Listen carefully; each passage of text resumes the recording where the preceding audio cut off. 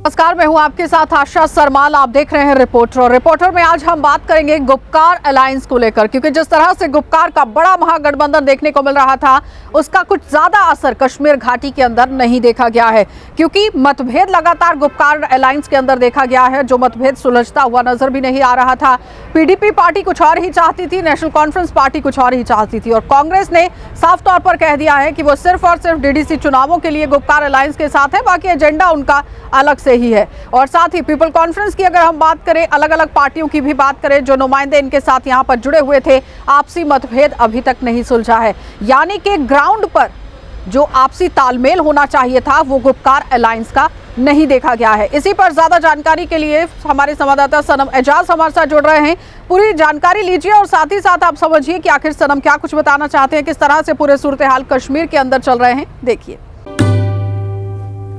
ये कश्मीर है और कश्मीर में इंतखाबी दंगल भी अरूज पे है। 5 फेज मुकम्मल हो चुके हैं, छठे की तैयारी है और छठे की तैयारी में छन्नी लगाई जा रही है। देखा जा रहा है सरकारी सतह पे मीटिंग्स भी बुलाई जा रही हैं और सिक्योरिटी को रिव्यू भी किया जा रहा है। छठे फेज के इंतखाबात और उससे पहले 5 फेजेस, और इन 5 फेजेस में बड़े पैमाने पे जो कहा जाता है कि वोटिंग हुई, लेकिन जम्मू के मुकाबले में 50% कम रही। यानी ओवरऑल कश्मीर में 30% इन 5 फेजेस में पोलिंग हुई, और इन 5 फेजेस में हुई पोलिंग के नताइज अब जो सामने निकल कर आएंगे वो साफ जाहिर है बहुत को हैरान कर देंगे, सियासी पंतु को भी पिछाड़ देंगे और पोल एग्जिट करने वाले भी हैरान परेशान हैं कि आखिर वोटर ने किसको वोट दिया है। विकास की बात की जाती है लेकिन विकास बहुत कम नजर आया, और नजर जो विकास आया उस पर भी लोगों ने विश्वास कम ही किया। और यूं कश्मीर में अब की बार कहा जाता है कि सेंटिमेंट्स की पॉलिटिक्स सर चढ़ कर बोली है, और सेंटिमेंट्स की इस पॉलिटिक्स में यह भी कहा जाता है कि गुपकार अलायंस ने भी बड़ी जीत हासिल करने की कोशिश तो की है,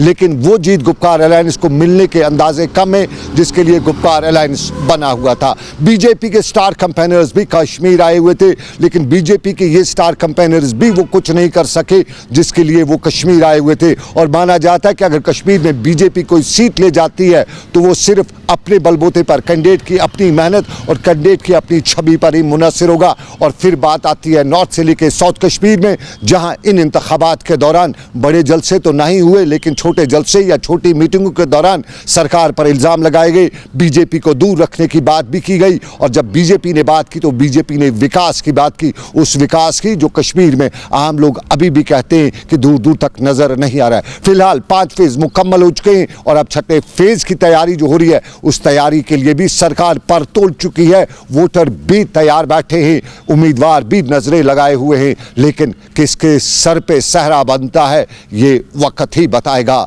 आबिद कादिर के साथ सनम एजाज, श्रीनगर, कश्मीर। तो आपने देखा कि सनम का क्या कुछ कह रहा था, किस तरह से वो बात करते हुए नजर आ रहे हैं कि एक तरफ गुपकार अलायंस को लेकर अगर बात की जाए तो बिल्कुल भी यहाँ पर मतभेद जो है वो कम होता हुआ नजर नहीं आ रहा है। आपसी तालमेल बिल्कुल भी नहीं दिख रहा है, क्योंकि जाहिर तौर पर हर कोई ये समझना चाह रहा था कि आखिर नॉर्थ पोल और साउथ पोल एक कैसे हो गए, क्योंकि नेशनल कॉन्फ्रेंस और पीडीपी एक मंच पर आकर खड़े हो गए, लेकिन एजेंडा अलग अलग लेकर। नेशनल कॉन्फ्रेंस पार्टी की तरफ से अपना रुख यहाँ पर कड़ा इख्तियार नहीं किया गया, पीडीपी पार्टी की तरफ से कड़ा रुख इख्तियार कर दिया गया कि धारा 370 और 35A को लेकर वो लड़ रहे हैं, लेकिन नेशनल कॉन्फ्रेंस मिली जुली प्रतिक्रिया अपनी सामने रखती रही। और जाहिर तौर पर यही से अटकलें ये लगाई गई कि आपसी मतभेद अभी भी सुलझता हुआ नजर नहीं आ रहा है। दूसरी ओर अगर हम भारतीय जनता पार्टी की बात करें तो साफ तौर पर आपने देखा कि सनम का क्या कुछ कहना था कि भारतीय जनता पार्टी की तरफ से जितने भी नुमाइंदों को जमीन पर उतारा गया है उनका भी खासा असर कश्मीर घाटी के अंदर देखने को नहीं मिल रहा है। और आने वाला समय यानी कि 22 दिसंबर ही बताएगा, जब यहां पर पूरी तरह से जो परिणाम है वो घोषित होंगे कि कौन सा नुमाइंदा जीतकर सामने आया है। क्योंकि कश्मीर के अंदर इंडिपेंडेंट कैंडिडेटों का भी यहां पर बोलबाला जो है वो देखा जा रहा है, क्योंकि निर्दलीय जो उम्मीदवार इस वक्त खड़े हैं वो ज्यादातर बोलबाला में दिख रहे हैं। और जिस तरह से वोटिंग लगातार यहां पर होती हुई दिख रही है उसमें अब देखना ये होगा कि नेशनल कॉन्फ्रेंस पार्टी, पीडीपी या फिर इंडिपेंडेंट कार्ड पार्टी या फिर अपनी पार्टी या पीपल कॉन्फ्रेंस और जो भी गुपकार अलायंस के साथ जुड़ी हुई हैं उनमें से कौन सा नुमाइंदा जीतकर सामने आएगा। चलिए अब आपको श्रीनगर का रुख करा देते हैं, क्योंकि श्रीनगर के अंदर भी हमारे सहयोगी तजम्मुल यहां पर पहुंचे हुए हैं। शाहनवाज हुसैन के साथ उनकी खास बातचीत हुई है चुनावों को मद्देनजर रखते हुए। क्या कुछ उनका कहना था वो देखिए। डीडीसी चुनावों के लिए कश्मीर के इंचार्ज जनाब शाहनवाज हुसैन, जो कि कौमी तर्जुमान भी हैं, भारतीय जनता पार्टी के मुतअद्दिद इलाकों का दौरा जारी रखे हुए हैं। हम इस वक्त उनके यूटी ऑफिस वाक़या जवाहर नगर श्रीनगर में मौजूद हैं। सीधे शाहनवाज हुसैन साहब के पास चलते हैं। शाहनवाज साहब, बहुत बहुत शुक्रिया गुलिस्तान टेलीविजन चैनल से एक बार फिर समय देने के लिए। क्या पाया अभी तक इन इलाकों में दौरा करने के बाद? लोगों के जो बुनियादी मसाइल, पानी, बिजली, सड़क, कब तक ये मामला हल होंगे? देखिए, गुलिस्तान टीवी का कैमरा हर जगह होता है और जम्मू कश्मीर में सबसे ज़्यादा देखा भी जाता है। आपने देखा कि भारतीय जनता पार्टी की मीटिंग में जिस तरह लोग आ रहे हैं, चाहे साउथ कश्मीर हो, शरीफ कुपवारा का इलाका हो, या मैं चला गया था उड़ी के ऊपर, या चला गया था सीताहरण के इलाके में, या चला गया था कुलगाम बडगाम के इलाके में, उन सब इलाके में जिस तरह की भीड़ आई है, इसका मतलब है कि घाटी में भी कमल खिल रहा है, कश्मीर की वादियों में भी कमल खिल रहा है।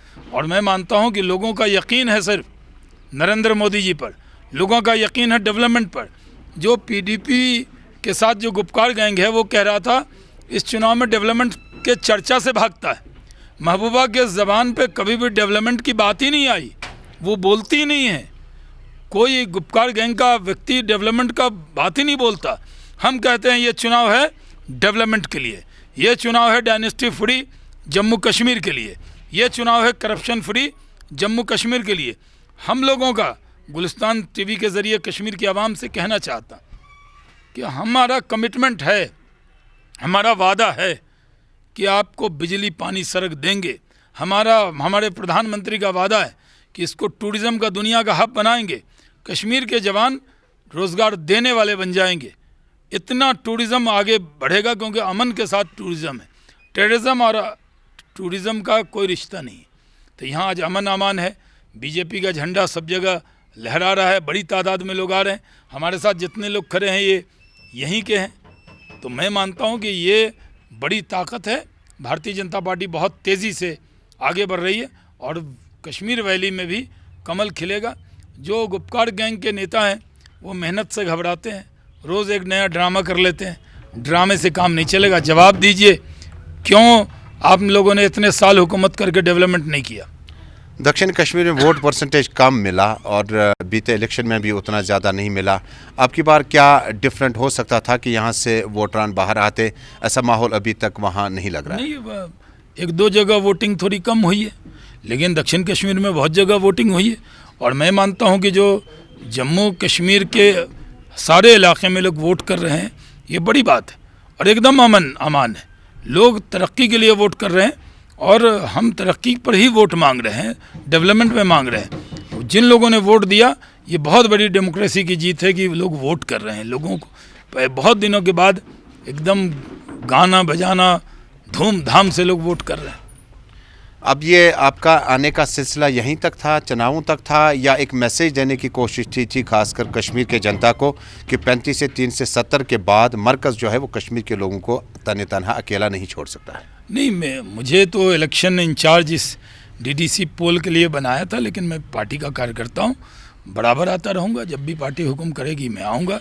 यहाँ के अंदर मैंने जितनी भी तकरीर की है उसमें मैंने वोट तो मांगा ही है, क्योंकि ये हमारा हक़ है जी। और जनता का हक़ है फैसला करना। लेकिन हर तकरीर में लोगों को जोड़ने की बात कही है। हमने अपने हर भाषण में इस बात का जिक्र किया है कि लोगों के बीच में कॉन्फिडेंस बिल्डिंग मेजर्स क्या हम उठा रहे हैं, इसका भी जिक्र किया है। मोदी पर भरोसा है, क्योंकि कोरोना में कौन काम आया? ये लोग तो घूम रहे थे बाहर, कोरोना में भी तो मोदी जी काम आए ना। चलिए अब आपको शहर श्रीनगर लिए चलते हैं और शहर श्रीनगर से भी हमारे संवाददाता इरफान फाजिल हमें रिपोर्ट दे रहे हैं, क्योंकि 2G को लेकर वो बात करते हुए नजर आ रहे हैं। हर किसी का यही कहना है कि 4G को यहां पर केंद्र शासित प्रदेश के अंदर बहाल होना चाहिए, लेकिन अभी तक 4G सर्विस को बहाल नहीं किया गया है। किस तरह से जम्मू कश्मीर केंद्र शासित प्रदेश के बच्चे यहां पर खामियाजा भुगतते हुए नजर आ रहे हैं, वो देख लीजिए। तालीम, एजुकेशन और साथ ही साथ अगर देखा जाए तो कोविड-19 में सबसे ज्यादा इफेक्ट रही। और उसके साथ साथ बात करें जम्मू कश्मीर के स्कूल्स भी बंद रहे। स्कूलों के साथ साथ अगर बात करें तो ऑनलाइन एग्जामिनेशन, और वो ऑनलाइन एग्जामिनेशन हो या ऑनलाइन पढ़ाई, जहां पर 2G का सहारा ही इस वक्त यहां के लोग ले रहे हैं। एक जानिब अगर बात करें तो कई सारी खबरें 4G को लेकर है, मगर अभी तक 4G रिस्टोर नहीं हुआ है। मगर अब खबर यह है कि विंटर जोन को लेकर बात करें तो स्कूल महकमे की तरफ से सरकार ने एक हुक्मनामा जारी कर दिया है। विंटर वेकेशन जो कि हर साल होती है और इस बारी 21 दिसंबर से लेकर 28 फरवरी तक विंटर वेकेशंस जो है उसे बता दिया गया है। जितने भी प्राइवेट स्कूल्स है या गवर्नमेंट स्कूल्स है वो प्रॉपरली इस ऑर्डर का फॉलो करेंगे और साथ ही साथ ये भी बताया गया है कि ऑनलाइन एजुकेशन को लेकर बात करें तो ऑनलाइन क्लासेस भी होंगी जो कि 2G पर ही चलेंगी। मगर सवाल यहाँ पर यह बनता है जबकि कोविड-19 और साथ ही साथ SOP गाइडलाइंस काफी ज्यादा इंपॉर्टेंट है, इसके हवाले से देखा जाए तो दूर दूर तक ये चीज दिखाई नहीं दे रही है। मगर सरकार ने ये भी बताया है हुक्मनामे में कि आखिरकार अगर एजुकेशन है और एजुकेशन के साथ साथ तालीम जो होगी यानी ऑनलाइन क्लासेस होंगे वो 2G पर पढ़े जाएंगे, मगर साथ ही साथ SOPs का भी ख्याल रखना है। फिलहाल अगर देखा जाए तो 2G को लेकर कई सारा एजुकेशन सेक्टर जो है काफी ज्यादा डिफंग हो चुका है, मगर जिससे ये भी हम कह सकते हैं कि आश लगा के सिर्फ बैठे हैं, साथ ही साथ SOPs का भी ख्याल रखना है। फिलहाल अगर देखा जाए तो 2G को लेकर कई सारा एजुकेशन सेक्टर जो है काफी ज्यादा डिफंग हो चुका है, मगर जिससे ये भी हम कह सकते हैं कि आश लगा के सिर्फ बैठे हैं कि 4G कब खुलेगा। मगर हुक्मनामा अभी तक जारी नहीं किया गया है, मगर खाली खबरें जो है वो गश्त हो रही है। यानी हम कह सकते हैं कि अब पढ़ाई और पढ़ाई लिखाई के मामलात स्कूलों के साथ भी है, मगर वो स्कूल जिन्होंने एडमिशन भी कर लिया और आखिरकार हुक्मनामे पर जी हाँ कुछ अलग ही मनमानी चली, एडमिशन फीस को लेकर एनुअल चार्जेस के साथ जोड़े गए। आखिरकार अब देखना जरूर होगा कि जब अगले साल स्कूल खुलेंगे तो उस वक्त कोविड पैंडेमिक के साथ साथ हालत क्या होगी। With video journalist Abid Qadir के साथ सईद इरफान फाजिल, गुलिस्तान न्यूज, श्रीनगर, कश्मीर। तो आपने देखा कि इरफान का क्या कुछ कहना था, किस तरह से वो कहते हुए नजर आ रहे हैं कि एक तरफ ऑनलाइन क्लासेस की बात होती है लेकिन उसका भी लाभ यहाँ बच्चों को नहीं मिल पाया है क्योंकि 2G सर्विस में काफ़ी ज़्यादा स्पीड कम रहती है। ऑनलाइन क्लासेस किस तरह से पढ़नी है ये बहुत बड़ी बात है, लेकिन उसके साथ ही आपने देखा कि बच्चों की अब छुट्टियां भी शुरू हो गई हैं, बच्चे घर बैठे हुए हैं और लगभग का हम अगर बात करें तो ज़्यादातर महीने जो है वो बच्चों को हो गए हैं अब घर बैठे हुए, लेकिन बच्चे जिस तरह से परेशान दिख रहे हैं वो देखते ही बन रहा है। प्रशासन से भी, केंद्र सरकार से भी और साथ ही साथ हर किसी से ये गुहार लगाने की कोशिश की गई है कि 4G को यहाँ पर बहाल किया जाए, लेकिन सुप्रीम कोर्ट के दायरे में ये पूरा मामला है। और उसके साथ ही आपको ये भी बताते चले कि प्रशासन को बार बार लताड़ भी लगाई गई और प्रशासन को ये कहा भी गया था कि रिपोर्ट यहाँ पर सबमिट होनी चाहिए, लेकिन प्रशासन की तरफ से अभी तक रिपोर्ट यहाँ सबमिट क्यों नहीं कराई जा रही है ये बहुत बड़ा सवाल है, क्योंकि बच्चों को सबसे ज़्यादा खामियाजा भुगतना पड़ रहा है क्योंकि 2G सर्विस की वजह से वो अपने घरों के अंदर पढ़ नहीं पा रहे हैं। चलिए अब आपको बारामूला लिए चलेंगे और बारामूला से भी आपको दिखा देते हैं कि किस तरह से इरशाद भट्ट हमारे साथ जुड़ रहे हैं और पूरी जानकारी दे रहे हैं, देख लीजिए।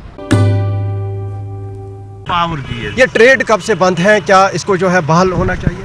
बहाल होना चाहिए ट्रेड। लोगों का मजदूरी का मसला है, लोगों के पेट का मसला है, लोग बेकार हो गए। 50-60 आदमी 100-150 आदमी काम कर रहे हैं, लेबर 100 आदमी के चूल्हे बुझ गए हैं।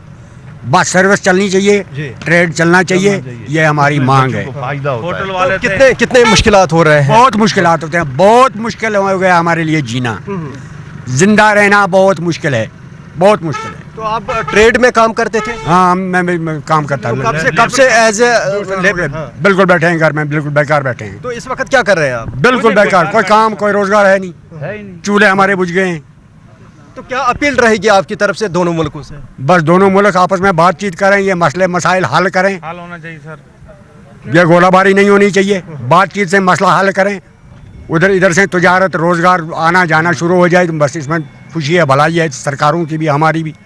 हमारी ट्रेड बंद हो गई, हमें 3-4 साल हो गया ट्रेड बंद। उसके बाद हम 90 आदमी लेबर थे, उसके बावजूद हमारे 90 के होटल वाले भी थे, फिर ट्रक ड्राइवर भी थे, उसके कंडक्टर भी थे, सब थे, सब के सब बैठा पड़े 3-4 साल से। उसके बाद हमारे जो ट्रेडर लोग थे वो भी घर में बैठे हैं, किसी का पैसा पार फंसा है, यहाँ भी गाड़ियाँ बंद हैं। इसकी वजह से सर हम ये अपील गवर्नमेंट से करना चाहते हैं सर, एक तो ट्रेड बहाल होनी चाहिए, हमारा रोज़गार खुलना चाहिए, हमारे बच्चे हैं, उसके बाद और भी 10 मुश्किलात हैं।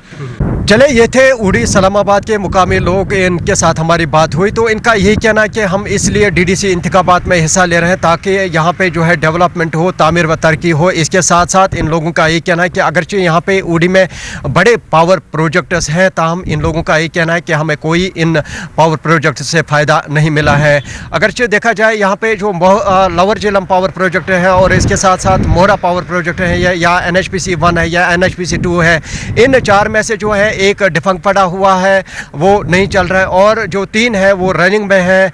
और इन लोगों का ये कहना है, जब यहाँ पे जो ये पावर प्रोजेक्ट्स बनाए गए थे उस वक्त हमारे साथ मुआहदा किया गया था, हमारे साथ वादा किया गया था NHPC की तरफ से या ज़िला इंतज़ामिया की तरफ से, चाहे उस वक्त जो यहाँ पे सरकार थी उनकी तरफ से जो वादा किया गया वो वादा जो है आज तक पूरा नहीं किया गया। उस वक्त हमने जो है ज़मीन दी थी, उस ज़मीन का जो है मुआवजा नहीं मिला, और ये भी कहा गया था NHPC की तरफ से यहाँ पे एक जो है मुलाजिम दी जाएगी, एक जो है नौकरी दी जाएगी। तहम अगर ग्राउंड ज़ीरो की बात करें यहाँ पे जो है वो देखने को नहीं मिल रहा है। ये लोग जो है काफ़ी परेशानी हाल हैं। ये लोग यही चाहते हैं, हम अपील करते हैं ज़िला इंतज़ामिया से और गवर्नर इंतज़ामिया से कि वो इसमें मुदाखलत करें और इन लोगों के जो मुश्किलात हैं वो दूर हो सकें। अगरचे इसके साथ साथ डेवलपमेंट के हवाले से बात करें, क्योंकि वैसी डेवलपमेंट यहाँ पर जो है देखने को नहीं मिली, क्योंकि सरहदी इलाके के जो लोग हैं वो काफ़ी परेशान हाल है।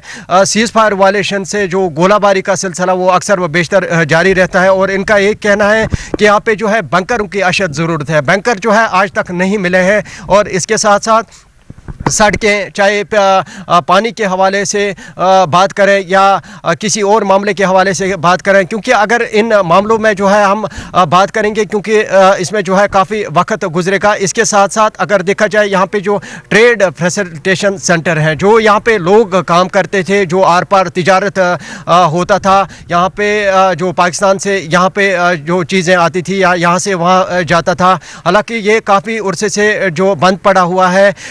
इसके साथ साथ इन लोगों का ये कहना है कि हमें काफ़ी सारे मुश्किलातों से गुजरना पड़ता है। जो यहाँ पे काम करते थे, जो मज़दूर तबके के लोग हैं, उनके साथ हमारी बात हुई तो उनका यही कहना है कि हम दोनों मुल्कों से अपील करते हैं कि वो आपस में बातचीत करें ताकि इस ट्रेड को जो है फिर से चालू करें। चलिए अब आपको जिला डोडा लिए चलेंगे, और डोडा से भी हमारे संवाददाता वसीम हमें रिपोर्ट कर रहे हैं, क्योंकि आज वसीम ने खास बातचीत लोगों से की है, क्योंकि डीडीसी के चुनाव चल रहे हैं। लोगों को किस तरह से परेशानियां वहां पर झेलनी पड़ रही हैं, डीडीसी चुनावों की वजह से कितना फायदा लोगों को वहां पर होगा, वो बातचीत वसीम ने की है। देखिए, डीडीसी इलेक्शन का 5th फेज कल ख़त्म हो गया और लोगों में काफ़ी चहल पहल देखने को मिल रही है। अगर हम 2 दिन पहले की बात करें तो हम देख रहे थे पोलिंग स्टेशन पे काफ़ी भीड़ देखने को मिल रही थी। सुबह 6 बजे से ही लोग अपनी लाइनों में खड़े थे, और इस डीडीसी इलेक्शन को किस तरह से लोग देखते हैं, आम जनता से हम जान लेते हैं कि किस तरह की राय रखते हैं। आपका नाम? तरक्की के हवाले से वोट देख के देंगे हम वोट। देखिए, पीछे जो इलेक्शन हुए थे तब किस तरह के वादे और तब किस तरह की डेवलपमेंट हुई थी? उस टाइम तो उन्होंने बहुत वादे किए थे मगर उन्होंने कर नहीं पाए। वो नॉर्मली से काम हुआ है। अब देखेंगे आगे, अगर अच्छा काम होगा तो हम अच्छा उनकी हेल्प करेंगे। और भी कुछ लोग हैं। सर, क्या नाम है आपका? मेरा नाम ताहिर जमील है। देखिए, सबसे पहले जो डीडीसी इलेक्शन हो रहे हैं, ये सेंटर का काम है कि वो डिसेंट्रलाइज़ कर रहे हैं पावर्स को लोकल में। तो ये एक अच्छी बात है कि आप डिसेंट्रलाइज़ कर रहे हो। जो कमेटीज़ बनाई गई है उनको उनकी रिकमेंडेशन को मद्देनज़र रख के ये डिसेंट्रलाइजेशन हुआ।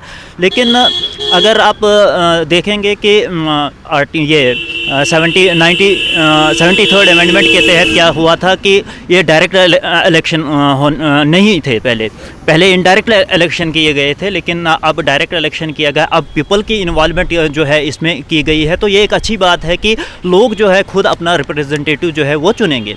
लेकिन कहीं ना कहीं जो है पीछे लूप होल्स बहुत सारे रहे हैं। जो 3rd ज़िला परिषद को लाना पड़ा यहाँ पर जम्मू कश्मीर में। जो हमारे सरपंचेस वगैरह जो हैं, कहीं ना कहीं जो है हमारे इलाके के आप रहने वाले हैं, वहाँ किस तरह की तरक्की हुई है और अब किस तरह की उम्मीद आपने रखी है? देखिए, वहाँ पर स्कूल्स वगैरह जो है बहुत खस्ता हालत है। ये इन तमाम चीज़ों को अगर देखेंगे तो हम आगे जो है तरक्की के लिए वोट करेंगे, न कि हम किसी का चेहरा देख के वोट करेंगे। और भी कुछ लोग हैं। सर, क्या नाम है? सर, मेरा नाम ओमराज है। ओमराज जी, क्या बताना चाहेंगे डीडीसी इलेक्शन के हवाले से? सर, मैं यही बताना चाहूँगा कि आज तक जितने भी इससे पहले सरपंच पंचेस का जितने भी इलेक्शन हुए तो जो वादे किए जाते हैं लोगों के साथ तो वो पूरे नहीं होते हैं। मैं सामटी पंचायत से हूँ, काश्तीगढ़ तहसील ब्राकासर है मेरा। हमारी जो पंचायत है वहाँ पे तो बिल्कुल खस्ता हालात है, ना हमारी रोड कनेक्टिविटी है, जो स्कूल हैं उनकी ना बिल्डिंगें। देखिए, तो पीछे भी इलेक्शन हुए तब किस तरह के वादे किए गए थे? आपके साथ क्या बताया गया था? इलेक्शन के बाद क्या क्या काम हम करेंगे? तब भी तो ये सारी चीज़ें बताई गई थी कि करेंगे, लेकिन हुआ कुछ भी नहीं। तो अब हम ये चाहते हैं कि जो डीडीसी इलेक्शन हो रहे हैं तो हो सके कि हम अच्छा कैंडिडेट चुनें, पार्टी को न देके जो हमारी काम करे उसी को हम वोट करें, सपोर्ट करें, ताकि हमारा अच्छी डेवलपमेंट हो आगे। 2014 से अभी तक आप, मेरा इलाका जो डोली पड़ता है, आप डोडा के रहने वाले हो, आप इधर से जाके 1 किलोमीटर दूर जाके देखो कि रोड की क्या खस्ता हालत है। जो लोग 7 साल में तरक्की नहीं कर पाए, वो खाली अपनी खामियों को छुपाने के लिए। तो साफ तौर पे सुन रहे थे, आम जनता हमारे साथ बात कर रही थी। इनका यही कहना है कि ज़मीनी सतह पे कोई भी काम नहीं हुआ है। डीडीसी इलेक्शन को लेके काफ़ी सारी उम्मीदें रखी हैं और लोगों में हम देख रहे हैं काफ़ी जज्बा है। अब देखना ये होगा कि जीत किसकी होती है। चलिए अब रुक कर लेते हैं जिला सांबा का, और सांबा से भी ऋषि खजूरिया हमें पूरी ग्राउंड से रिपोर्ट दे रहे हैं। वो क्या सूरत हाल दिखा रहे हैं वो भी देखिए। तो जम्मू कश्मीर में डीडीसी के चुनावों की सरगर्मियां लगातार तेज हैं। 5 चरण पूरे हो चुके हैं, मतदान के और मात्र 3 चरण रहे हैं, लेकिन कैंपेनिंग लगातार बड़े स्तर पर की जा रही है। और भारतीय जनता पार्टी के जो स्टार कैंपेनर हैं ये लगातार कैंपेन कर रहे हैं जम्मू कश्मीर यूटी में। तो मेरे साथ एक बार फिर से बात करने के लिए भाजपा के नेशनल जनरल सेक्रेटरी तरुण चुग जी मौजूद हैं। इनसे जानने का प्रयास करते हैं कि कैसा माहौल है जम्मू कश्मीर यूटी में, ये जो डीडीसी के चुनाव चल रहे हैं। तो एक बार फिर से आपसे बात करने का मौका मिला है।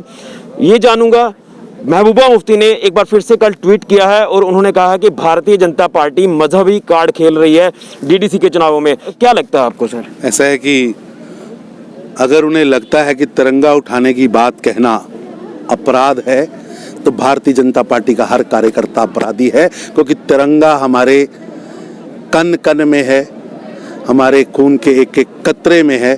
और तिरंगा ना उठाने की बात करने वाले लोग हमसे ये प्रश्न नहीं पूछ सकते। और उनको मैं निवेदन करूंगा, यहाँ के जनमानस, यहाँ की बेटियों के अधिकारों की बात करना क्या सांप्रदायिकता है? यहाँ के एससी भाईचारे के लोगों की बात करना क्या सांप्रदायिकता है? क्या यहाँ से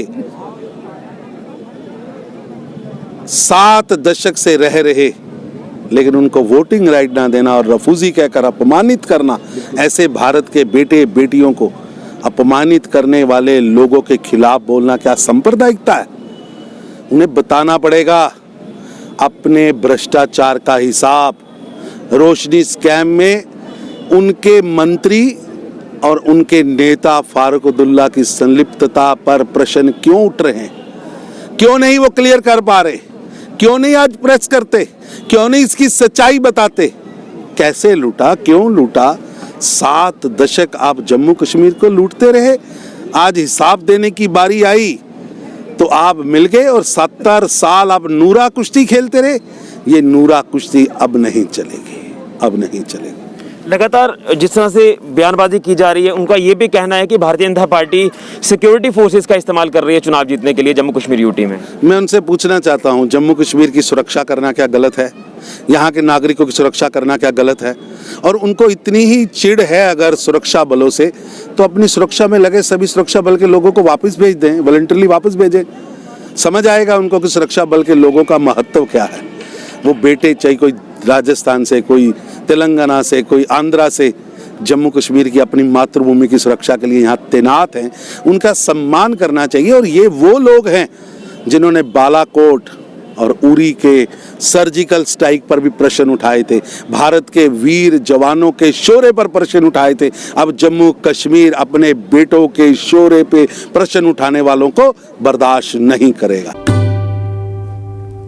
उसके साथ ही कठुआ का भी रुख करेंगे, क्योंकि कठुआ के अंदर क्या कुछ चल रहा है वो जानना बहुत ज़रूरी है। क्योंकि एक तरफ लोग वहां पर डीडीसी चुनावों का बायकॉट करते हुए नजर आ रहे थे, और दूसरी तरफ अगर हम बैक टू विलेज प्रोग्राम की बात करें तो वहां पर भी तीसरे चरण का जो बैक टू विलेज प्रोग्राम हुआ था उसका भी बायकॉट किया गया था। लेकिन अब वहां पर किस तरह से सूरत हाल है, सरबजीत की रिपोर्ट में देखिए। जिला विकास परिषद के चुनाव जारी हैं, 5 चरण के मतदान हो चुके हैं, 6ठे चरण की बारी है। अब जनता की राय जानने के लिए हम लोग आज पहुंचे हैं नगरी ब्लॉक में। नगरी ब्लॉक ऐसा है जो जिला कठुआ से मुख्यालय से सटा हुआ इलाका है। यहाँ पर लोगों की क्या समस्या है वो जानने के लिए आज उनके गांव में हम पहुंचे हैं। यहाँ पर कुछ लोग हैं, उनसे बात करेंगे, उनसे जानेंगे क्या क्या समस्याएं हैं, क्या क्या जो प्रत्याशी हैं उनके पास वोट मांगने के लिए यहाँ पहुँच रहे हैं, क्या क्या वायदे किए जा रहे हैं और क्या जो वायदे पहले प्रतिनिधियों ने उनके साथ किए थे वो पूरे हुए या नहीं हुए, उनसे बात करेंगे। हमारे यहाँ लोगों की बहुत सारी समस्याएं हैं। पर जब चुनाव होते हैं तो जो मतलब कि सारे पार्टियां हैं बहुत सारी बातें करते हैं, मतलब कि ये करा देंगे वो करा देंगे, हर एक चीज़ का वादा करते हैं, उसके बाद ये सब कुछ भूल जाते हैं। तो मुख्य तौर पर अगर आपके इस गांव की अगर बात करें तो क्या समस्या है मुख्य तौर पर जिसको आप चाहते हैं वो हल हो? यहाँ हमारे यहाँ के सभी लोग ज़्यादातर तो मतलब कि बहुत ही गरीब लोग हैं, ठीक है जी। जो छोटे मोटे काम चलते हैं दिहाड़ी वगैरह के वही सारे काम करते हैं। ज़्यादातर यहाँ पे लोग मतलब कि यहाँ पे लैट्रिन बाथरूम की बहुत प्रॉब्लम है।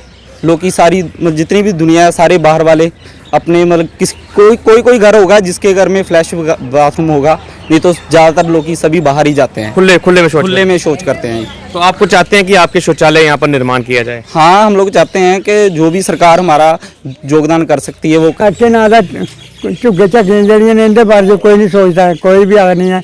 आखते यहाँ पे ग्रांट मिलेगी ये होगा वो होगा, लेकिन लाख होगा कख नहीं करते हैं, कुछ नहीं यहाँ चल जाता है।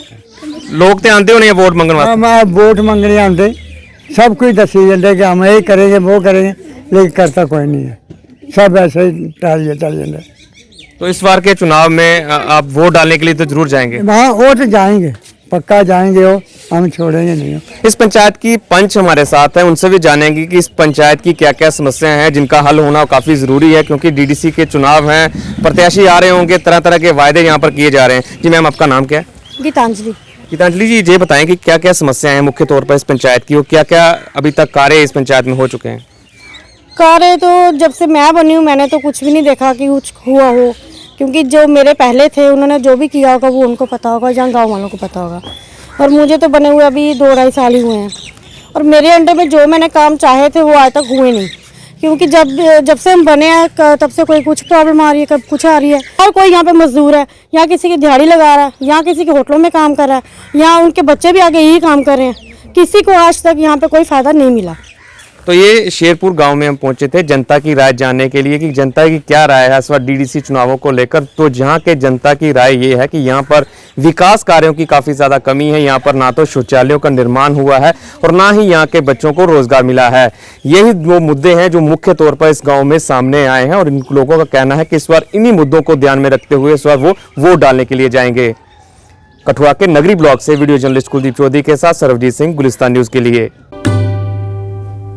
चलिए अब आपको जम्मू लिए चलते हैं और जम्मू से भी दिखा देते हैं कि किस तरह से पूरे सूरत हाल जिला जम्मू के अंदर भी बने हुए हैं। क्योंकि हम अगर आपको आरएसपुरा का रुख करा दें तो आरएसपुरा के सुचेतगढ़ कॉन्स्टिट्यूंसी की अगर हम बात करें तो वहां पर श्यामलाल चौधरी को पूरी बागडोर जो है वो थमाई गई है, उनके कंधों पर पूरी जिम्मेदारी को डाला गया है और वो लगातार अपनी जिम्मेदारी को निभाते हुए भी नजर आ रहे हैं। और जाहिर तौर पर आपको ये भी बताते चले कि जिस तरह से कैंपेन करने की कोशिश की जा रही है तो भारतीय जनता पार्टी की ज़्यादा से ज़्यादा नुमाइंदों को जिताकर सामने लाने के लिए ये पूरी मेहनत की जा रही है। क्या कुछ वहां पर पूरे सूरत हाल बने हुए थे, देख लीजिए। नरेंद्र मोदी जिन्हें जिन्हें फैसले किए हैं उसले भी देना, जो 5.5 लाख रुपया मिले वो सारे की भुलदा नहीं। उस तो पहले जो अटल बिहारी वाजपेयी है बार्डर से जो कुछ मिले हा लोग भी नहीं भुलते। अज किसानों की अगर 2-2 हज़ार खाते पैदा है, गरीब आदमी सिलेंडर मिलता है, हर फैसिलिटी अगर मिलती है फिर अं लोग भुल थोड़े सकते हैं। इस करके किसी ने नहीं भुलिया, सारे की याद है, सारे तुम मेरे नाल हो, तुम मेरे नाल है हो तो मैं 2 बारी अगे MLA भी बनया तो मिनिस्टर भी बनया, हूँ फिर मौका आया हूँ भी तुम मेरे नाल। और इनकी सारे ही पता है, पूरे इलाके की पता है, मैं तो कहा कि पूरे हिंदुस्तान की भी पता है कि जम्मू कश्मीर से खासकर जम्मू जगह दिखा जाए जम्मू प्रोविंस भारतीय जनता पार्टी। आप देखते रहिए कार्यक्रम।